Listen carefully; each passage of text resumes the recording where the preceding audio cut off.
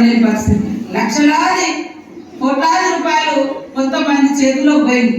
పైనుంచి రైతు బంధు ఇస్తలేరు, రైతుకు ఇస్తున్నాం, తప్పకుండా ఇస్తాం. అక్కడ పరిస్థితి చూస్తే జీతాలు ఇవ్వలేని పరిస్థితి ఉంది. కనీసం ఆ జీతాలైన 5వ తారీఖు లోపు వేయాలి అని ఉద్యోగుల యొక్క కష్టాలు తెలిసినటువంటి మరి సీఎం గారు అక్కడ ఉండి 5వ తారీఖు లోపు జీతాలు వేసే ప్రయత్నం చేస్తున్నాం. ఇట్లా మనం ఏం తీసుకోలే, ఏం దోచుకోలే.